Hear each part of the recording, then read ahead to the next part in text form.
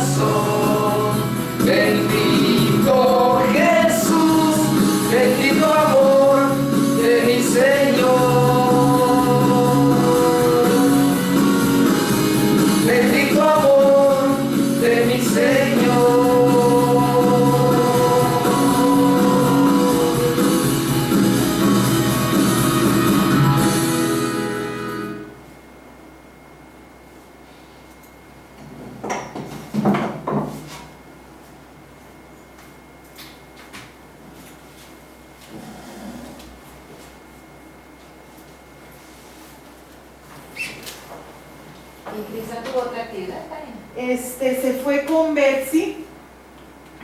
Imagino que ahorita debe ir con él, con ella.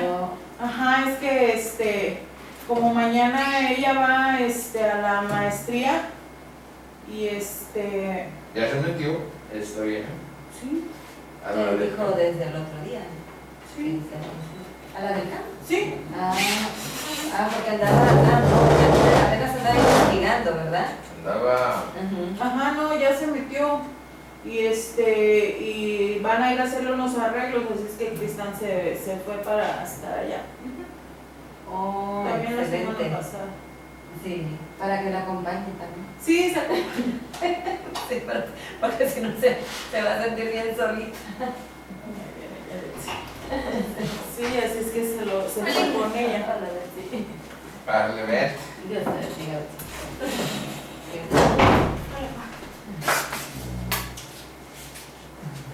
¿No te queda San Juan? Chismosa. No, pero el otro sí. Ahora, ¿qué? Bueno, chicas, estamos iniciando la sesión 33 de Romanos. Estamos programados para revisar el capítulo 10 y vamos a procurar hacer un estudio analítico acerca de los primeros 13 versos. La primera parte van a ser estos 4 y después vamos a ver 9 consecutivos para llegar al verso 13. Bueno, ¿de qué trata Romanos 10? Hay una pregunta que pudiera servirnos como guía. ¿En qué consiste la problemática del pueblo judío? ¿Ya, Rafa, ya le prendiste aquí? Sí, ya tiene. ¿En qué consiste la problemática del pueblo judío según el Nuevo Testamento? Porque, bueno, los profetas también dieron cuenta de diversas situaciones problemáticas, pero la venida de nuestro Salvador, la venida de Cristo, constituyó un hito en la historia del pueblo judío, y eso es lo que trata Pablo en el capítulo 10. Ya vimos una parte de la problemática en el capítulo 9, ligada especialmente a la soberanía de Dios que elige entre personas diversas para comunión con Él, para bendición de Él. Y vimos que independientemente de que hay también textos que nos dicen que somos elegidos por alguna cosa que solo Dios conoce, porque no es por nuestros méritos, no es por nuestras obras, solo respondimos de alguna manera al Evangelio y a su palabra, pero Él nos dio la fe, también eso dice su palabra, para que nosotros confiáramos en Cristo como nuestro Señor, como nuestro Salvador, y no quisiéramos buscar hacer por méritos y por las obras de nuestro músculo lo que pudiera constituir la base de nuestra salvación. Y en el capítulo 10 habla de Pablo de la justicia, pero vamos viendo mejor los versos y ahí vamos situando la problemática.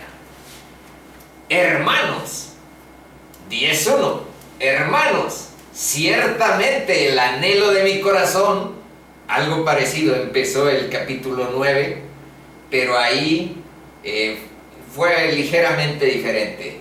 Dice, ciertamente el anhelo de mi corazón y mi oración a Dios por Israel es para salvación.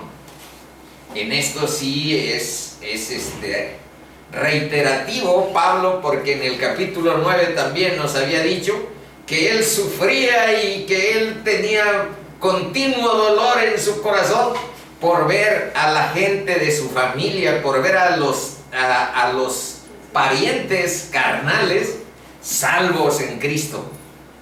Bueno, ahora vamos viendo qué dice en el 10. Dice, porque yo les doy testimonio. ¿A quiénes? Les está dirigiendo la carta a los romanos.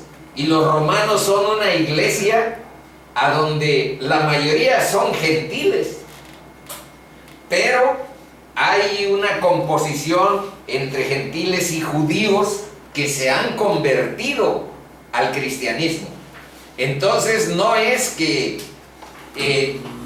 Israel falló en su reconocimiento del Mesías, pues de manera generalizada, y que toda la sociedad, todo el pueblo israelita, digamos que rechazó a su Mesías.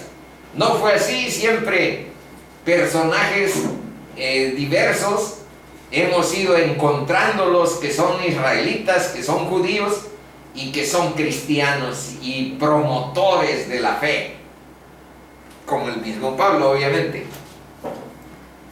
Dice, porque yo les doy testimonio de que tienen celo. Esto es lo que queremos analizar, pero no les puse versos que hablan del celo que como judío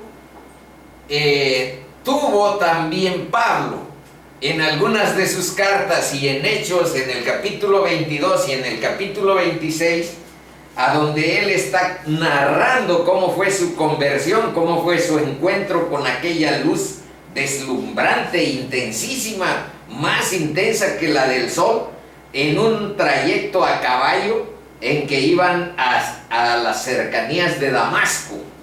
Bueno, pues ahí en el capítulo 22 y en el capítulo 26, a donde Pablo está él narrando cómo fue ese encuentro, pues menciona que él era celoso de la ley y tan evidente era ese celo, pues que se había convertido en un verdadero persecutor de la iglesia de Cristo, porque las consideraban pues como un grupo de sectarios herejes, por el motivo que les he mencionado reiteradamente, porque sencillamente no reconocieron al Mesías y rechazaron su bendita palabra.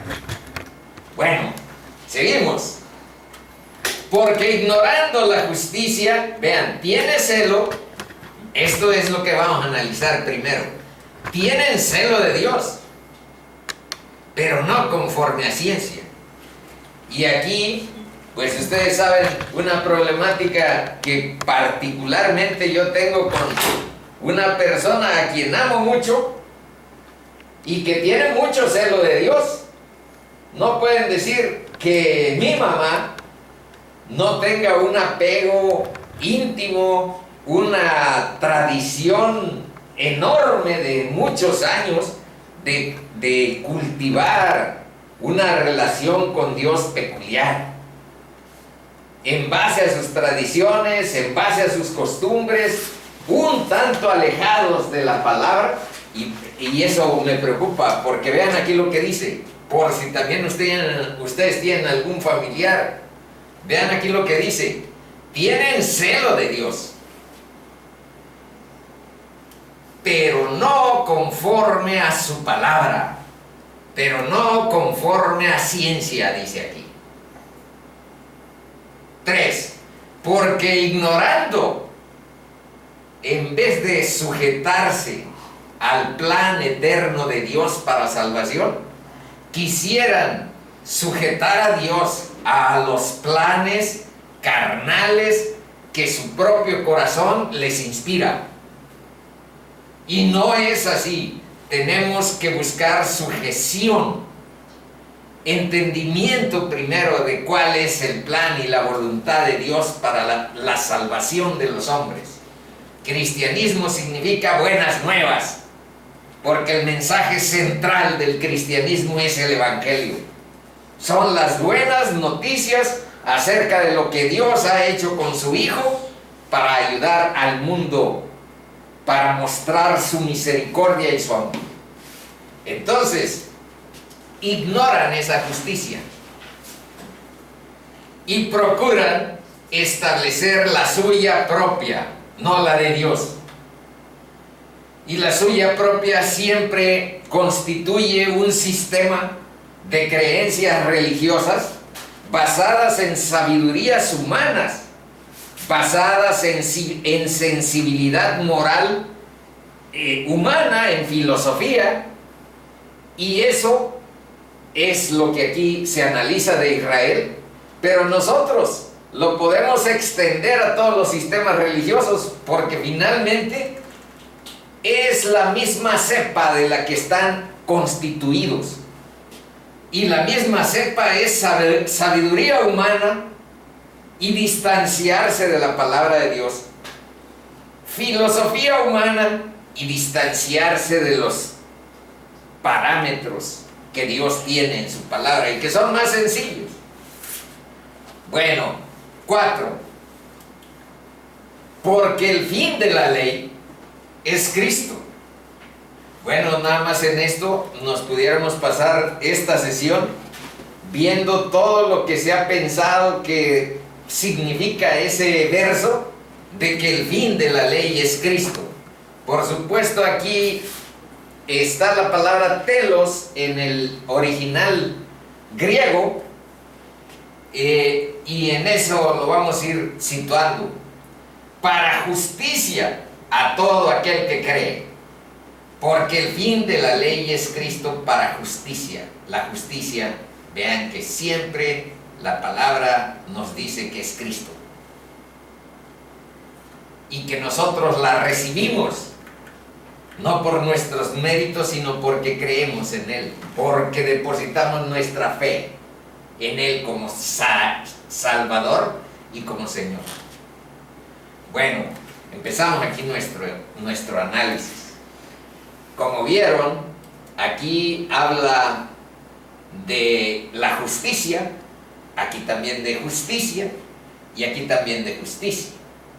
Entonces, ese celo que muestra el pueblo judío y que muestra mucha gente que tiene en su corazón un culto religioso por Dios, son celosos de sus tradiciones, son celosos de sus costumbres, pero las tradiciones y costumbres no salvan.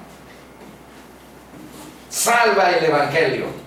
Entonces vamos a suponer que ustedes son, bueno, muy celosos de festejar la Navidad, o muy celosos de festejar el Día de Muertos, y piensan que si festejan la Navidad con tantísimo celo, con tantísima emoción, pues como que eso constituye algo que los ayuda en su relación con Dios. Bueno, las tradiciones pueden ser muy bonitas, y si no están de alguna manera pues determinadas en la palabra como que no son, que son pecaminosas, si en la palabra dice que son pecaminosas, bueno, aislémonos y retirémonos de esas costumbres y tradiciones. Pero si no dice nada la palabra, pues las tradiciones nos dan un sello cultural, las costumbres nos dan una cierta identidad con nuestros vecinos, con nuestra gente, etc. Pero las tradiciones, las costumbres, por mucho celo que te produzcan, no constituyen el Evangelio. Entonces, sí hay que participar en ellas. Si en la palabra dice que no hay problema respecto a una determinada costumbre o tradición, pero hay que saber con claridad de dónde proviene la justicia de Dios.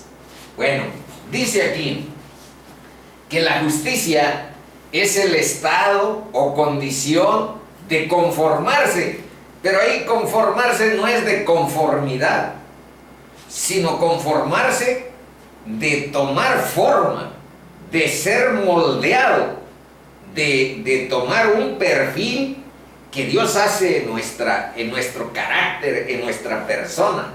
Eso significa aquí conformarse.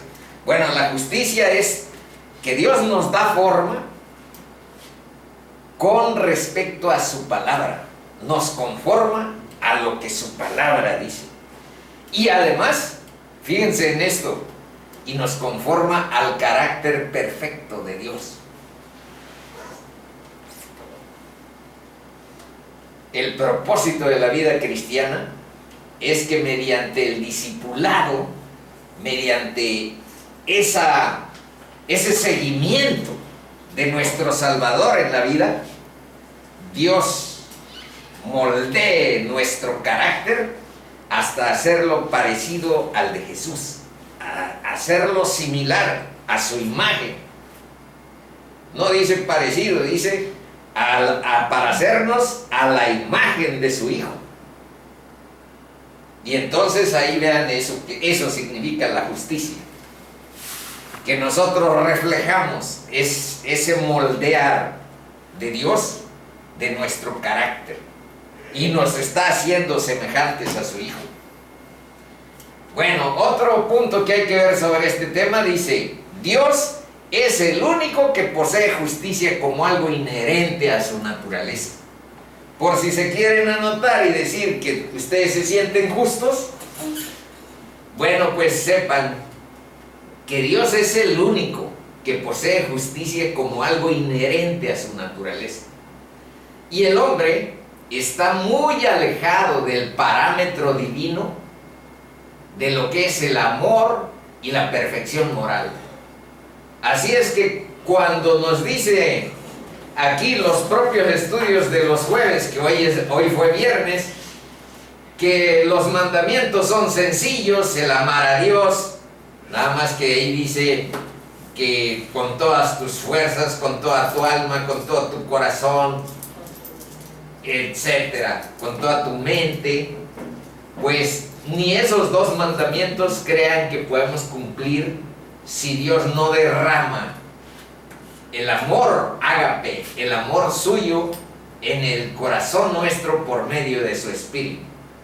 Entonces ese amor moral, esa perfección, ese amor y esa perfección moral están muy lejanas para que salgan, emanen de nuestra preparación secular, porque hicimos estudios de maestría, porque hicimos estudios de licenciatura, etc. Es otro el procedimiento. Vean a cuál es. El método de Dios siempre ha consistido en justificar a los pecadores por la gracia. ¿Qué quiere decir por la gracia? Quiere decir que Dios justifica a cada persona por su buena voluntad, porque nos quiere regalar su gracia. Y con base nada más, vean que tampoco es así como sin ninguna condición, aunque Dios nos ama incondicionalmente. Pero vean aquí que estamos hablando de justicia. Y con base nada más que en la fe. En la fe. Y les puse algunas paráfrasis o parafraseados versículos que dicen: el justo por la fe vivirá.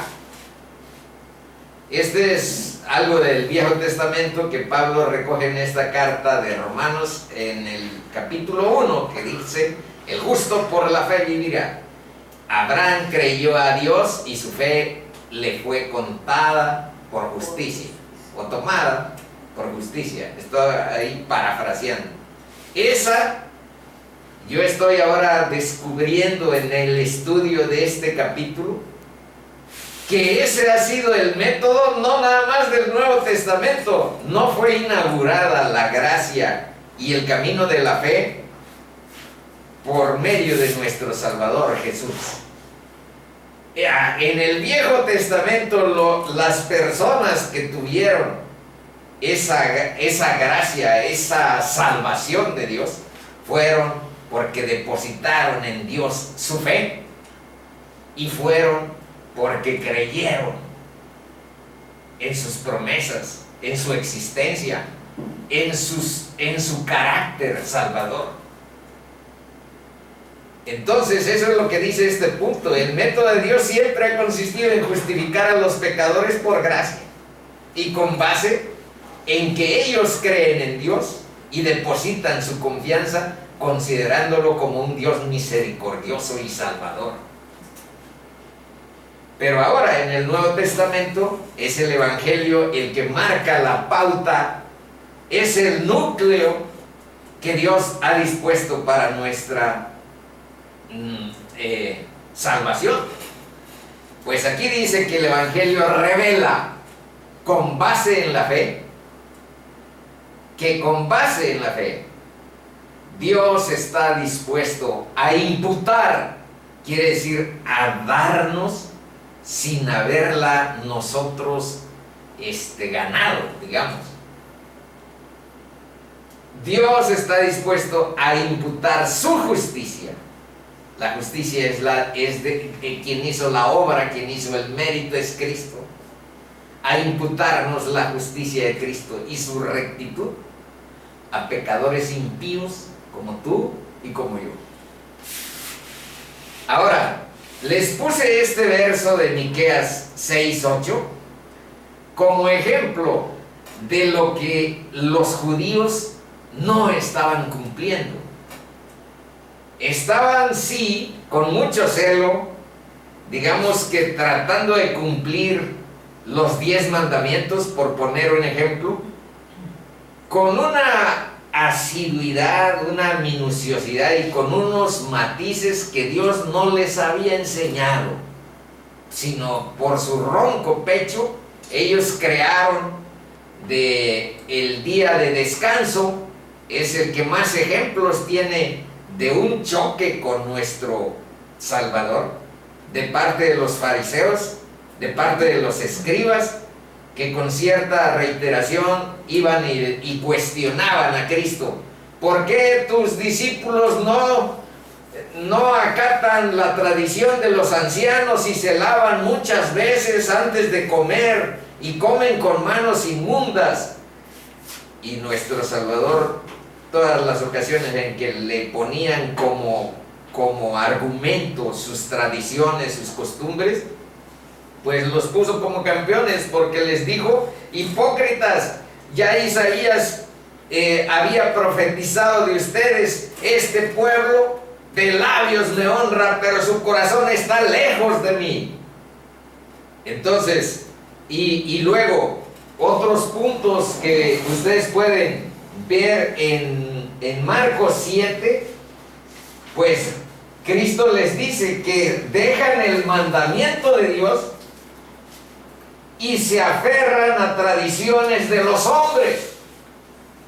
Y eso es sintomático de todas esas religiones que no ponen en el centro las buenas nuevas de Dios para salvarnos, y que no ponen en el centro a Cristo como la persona, como los brazos mediante los cuales nosotros llegamos a ese estadio de salvación, de justicia.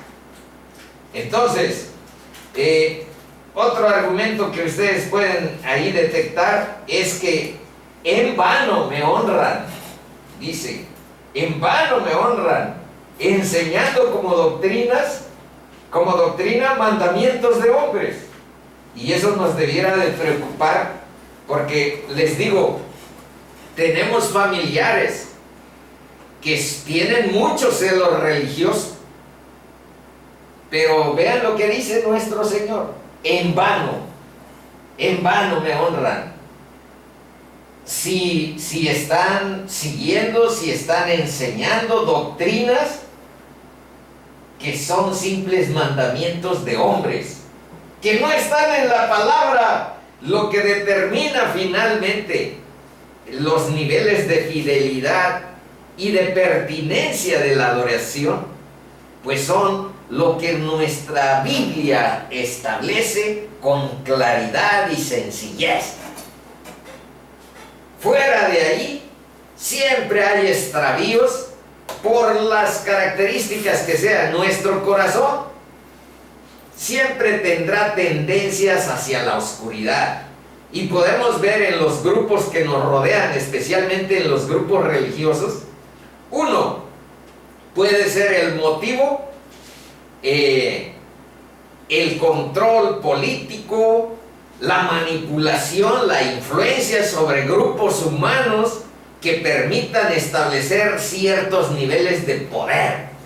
Esa es, digamos que, una probable tendencia de los grupos religiosos. Pero también podemos ver, en segundo término, que hay grupos que buscan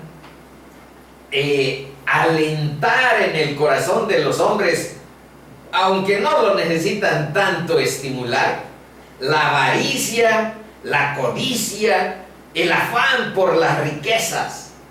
Ahí tenemos el evangelio de la prosperidad, que que no sé por qué le llaman evangelio, porque si está distanciado de lo que dice Dios en su palabra, por supuesto que no tiene nada que ver con el evangelio de Jesús.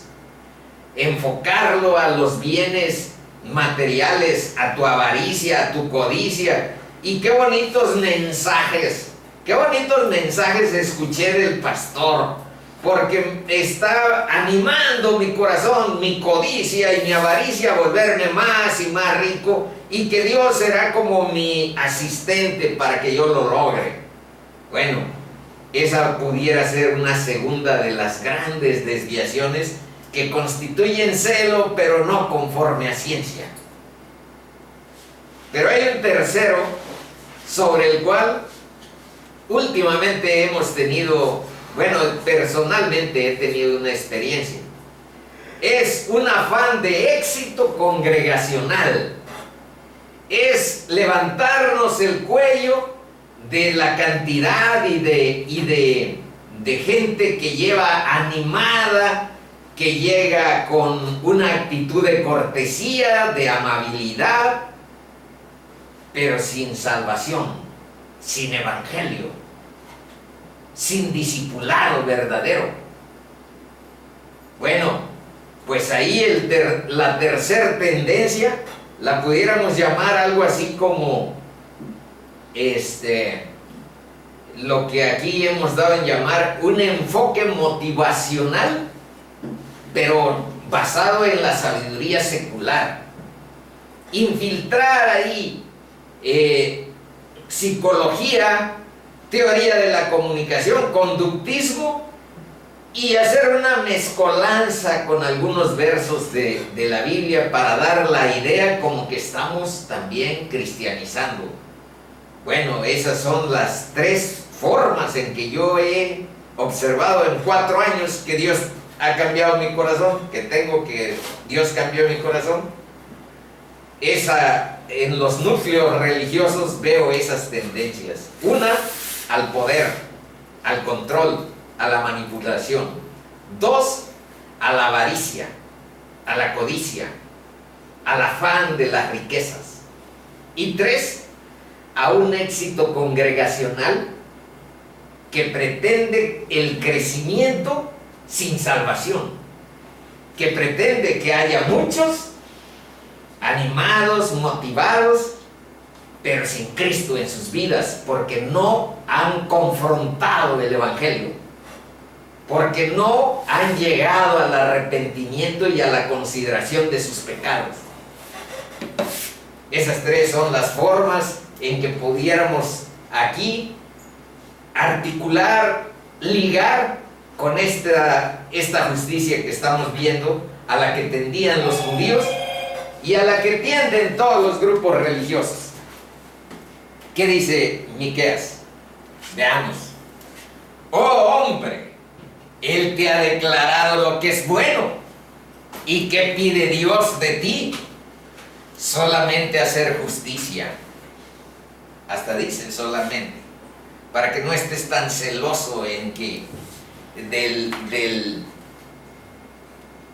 mandamiento de que el sábado lo dedicarás a descansar. Había cosas que ellos escribieron a donde decía que no vayas a comer en sábado cosas muy pesadas con la cuchara, porque entonces es trabajo. Si comes con una cuchara un pedazote de cecina que está pesado, no, pues agarra cachitos más pequeños, porque si no estás trabajando tanta fuerza de levantar, entonces de a poquito. Y también que las mujeres no cocinaran nada, si cocinan el viernes, porque el sábado no deben de cocinar porque es trabajo. Todavía pasa eso en casa de mi abuela. Y bueno, para que veas.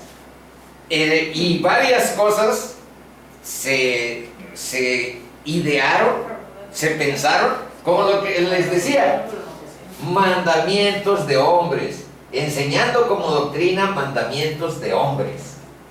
Esos son mandamientos de hombres, Dios no los puso. Se los imaginaron, pensaron que con eso agradarían a Dios.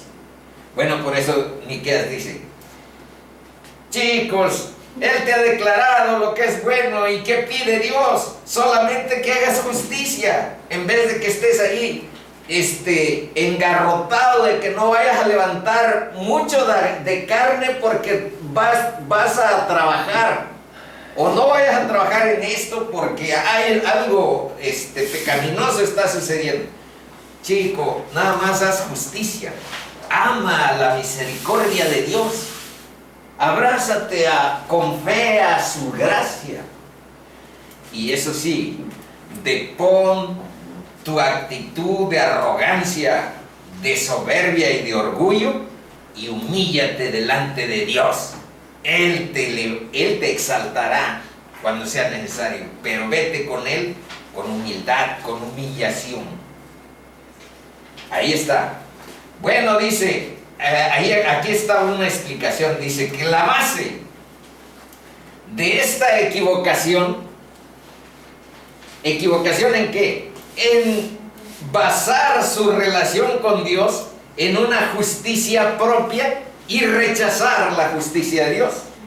La base de esa equivocación era pensar que la ley, los 10 mandamientos como clave para entender lo que es la ley, pero no es lo único, porque la ley tiene muchos más mandamientos, pero son los 5 primeros libros de la Biblia. Bueno, la base era pensar que la ley era un fin en sí misma. Hasta que vino Cristo, descubrimos con mayor claridad que la ley no es un fin en sí misma, sino un medio, un enseñante, un pedagogo, un ayo, eso significa ayo, un profe que conduce a Cristo. Ahorita vamos a ver por qué conduce a Cristo. Porque es imposible que tú cumplas a plenitud la ley. Los judíos sentían que ellas la cumplían a plenitud, pero porque se observaban externamente y porque eran hipócritas también. Porque finalmente la ley es espiritual y significa que no nada más tu comportamiento externo constituye algo para ver tu cumplimiento, sino dónde está tu corazón, en qué está ligado. Para empezar, el primer mandamiento, les digo, no tendrás nada ajeno a Dios como tu prioridad. Eso dice el primer mandamiento. No tendrás dioses ajenos delante de mí. Nada más eso, pues desde nuestro corazón es muy difícil, casi imposible que alguien lo pueda cumplir. Amamos más a nuestra esposa, a nuestro esposo, amamos más a nuestros hijos, le dedicamos más y más tiempo a nuestro trabajo que a Dios. No tendrás dioses ajenos delante de mí. Pues, ¿qué significa? Que tiene que estar antes que tu trabajo, que tu esposa y que tus hijos, tu relación con tu Creador. Y eso, cumplirlo desde el corazón, era casi imposible. Sin embargo, ellos pensaban que sí. Bueno, vamos a ver unos versos hermosísimos que hablan acerca de la justicia de Dios. Vean, en Deuteronomio 32, versículos 4 y 5 dice: Él es la roca, cuya obra es perfecta. La perfección, la consistencia, la firmeza, solo está en Dios. Nosotros somos cambiantes e imperfectos. Dice: porque todos sus caminos son rectitud. Dios de verdad y sin ninguna iniquidad en él. Es justo y recto. La corrupción no es suya. Pero ahora vean aquí lo que sigue. De sus hijos es la mancha, generación torcida y perversa. Está un contraste fulminante acerca de las cualidades, los atributos, la perfección de nuestro Dios. Por eso, ahorita vamos a ir viendo cuál es la solución de esta condición delante de la justicia divina. Pero vamos viendo otros versos. ¿Qué dijo Jesús? Juan 17, 25 al 26, vean lo que dice. Padre justo, ¿a dónde está la justicia? Pues en Dios. El mundo no te ha conocido, pero yo te he conocido. Y estos, refiriéndose a los apóstoles, estos han conocido que tú me enviaste, refiriéndose a los apóstoles y a ti y a mí, porque nosotros, a diferencia de los judíos, sí reconocemos al Mesías y nos hemos abrazado a su gracia, nos hemos abrazado a la bendición que el Padre nos dio en él. Bueno, hemos conocido que nos lo envió el Padre para que nosotros nos salváramos. Eso dice, y estos han conocido que tú me enviaste, y les he dado a conocer tu nombre, y lo daré a conocer aún, para que el amor con que me has amado esté en ellos, esté también en nosotros, chicos, esté también viviendo en nosotros ese amor. Y todavía vean la promesa, para que el amor con que me has amado esté en ellos y yo en ellos.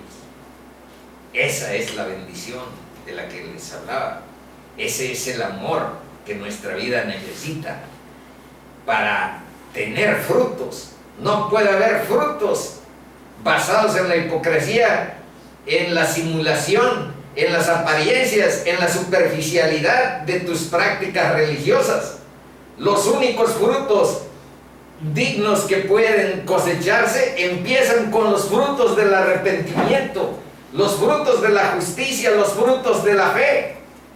Y no los quiero mencionar porque en todas las sesiones de aquí repetimos Gálatas 5:22, pero los frutos son los que constituyen una forma de identificarnos como auténticos seguidores de Jesús.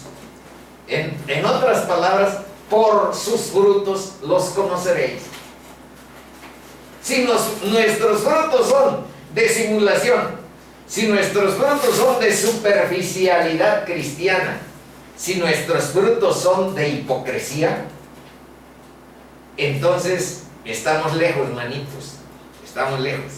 Bueno, Romanos 3:10.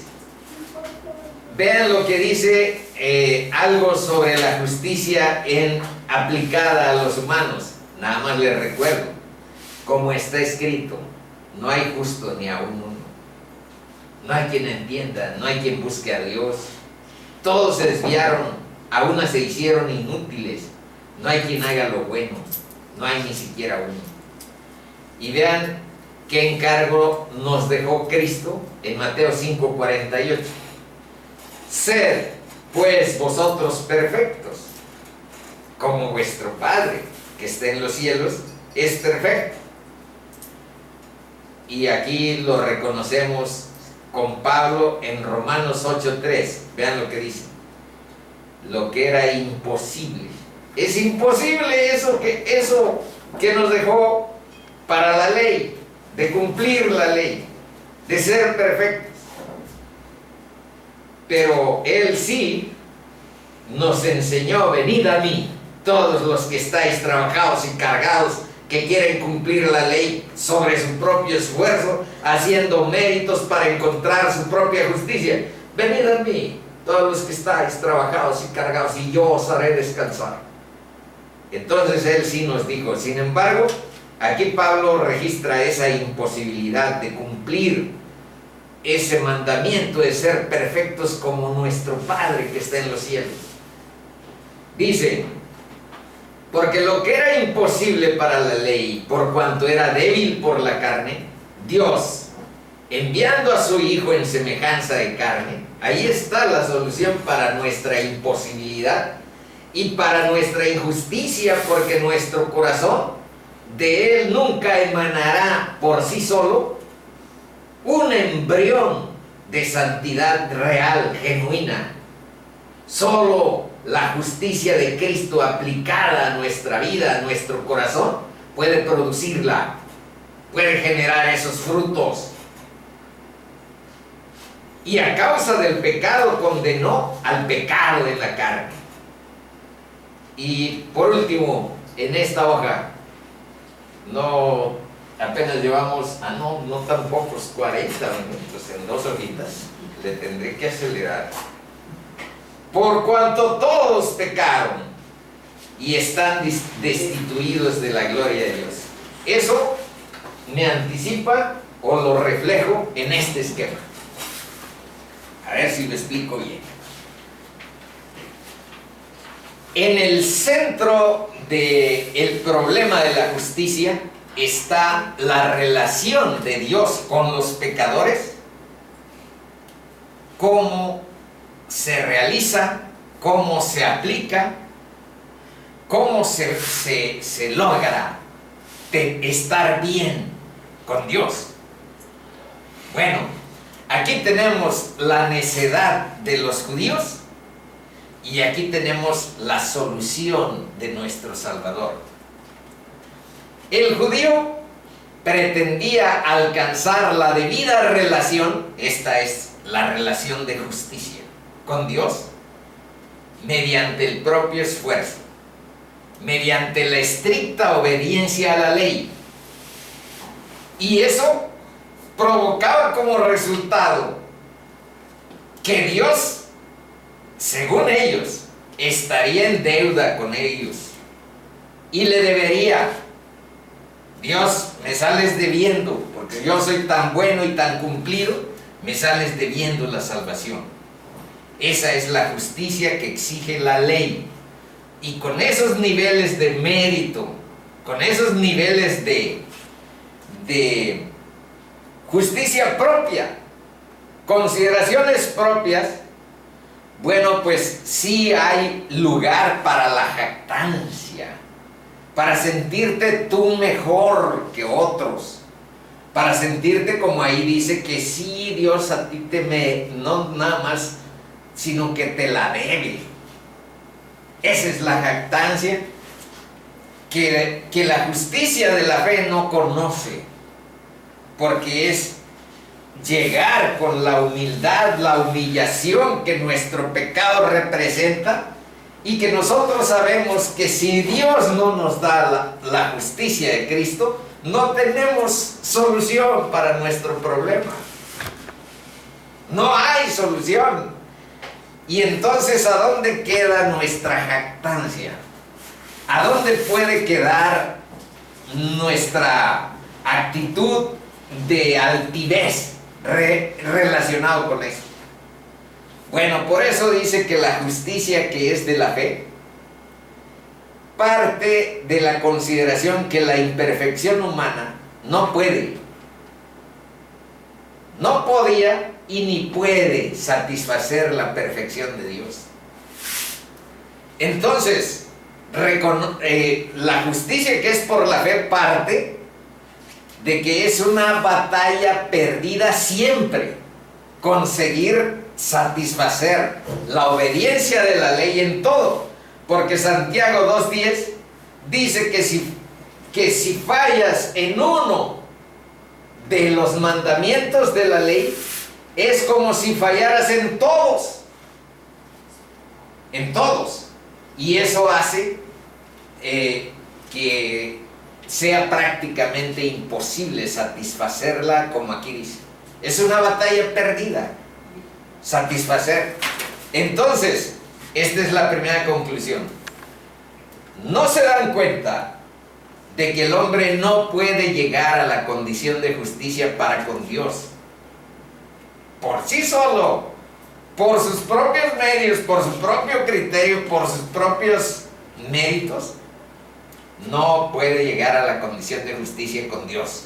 Y entonces la tienes que aceptar como un don, como una gracia que Dios da en Cristo. Reconozca que la fe es el único camino de acceso a Dios. Por eso, si van a Hebreos 11:6, ahí dice que es imposible agradar a Dios si no tienes fe, si no sientes en tu corazón su presencia, su existencia como algo real, propio y necesario para tu vida. Reconozcan que la fe es el único camino de acceso a Dios y que está abierto. Aquí es la parte que sigue. Está abierto a todo el mundo, según lo pronosticaron los propios profetas. Si se acuerdan, desde Génesis, Dios le dijo a Abraham: y en ti serán benditas todas las familias de la tierra. Y en otra parte dice: todas las naciones de la tierra serán benditas en ti, en tu descendencia, en tu simiente, es la palabra que aquí ocupa Dios. Bueno, vamos a leer los versículos del 5 al 13. Esta es la parte que les digo que queremos ir visualizando, ir analizando. Dice: porque de la justicia que es por la ley, Moisés escribe así: el hombre que haga estas cosas vivirá por ellas. Entonces sí había cierta digamos que explicación, tendencia a lograr por méritos, por obras, la justicia. Escribe así Moisés: el hombre que haga